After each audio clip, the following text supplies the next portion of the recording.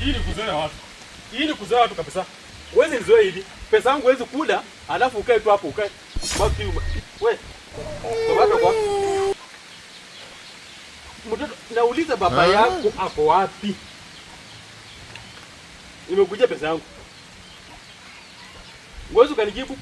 Yule umeshafundishwa ujeuri, kichwa ngumu ya jukune yenye ananifanyia kula pesa yangu alafu anakaa peupe. Anakaosha tu macho hivi kama chura kwa maji. Unataka kunifanyia? Baba yako kwa wapi? Leo nataka kukaa hapa paka hata akuje saa moja jioni nataka kukaa hapa. Sitoki hapa. Hebu amka kwanza nikae. Nakaa hapa paka saa moja. Uamki. Unajua kama mtoto kadogo anaweza kubeba halafu nikutupa huko juu kwa miti. Oh, Allah. Yaani sijui nikatupa tu kwa hii miti ama nitafanya aje hapa. Kwa sababu ujeuri yenye nataka kunionyesha.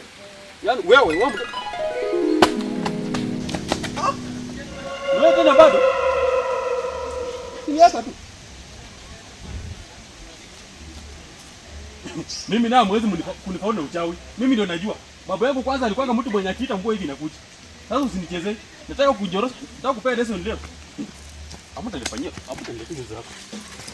Wewe sasa nataka kukupatia tu moja.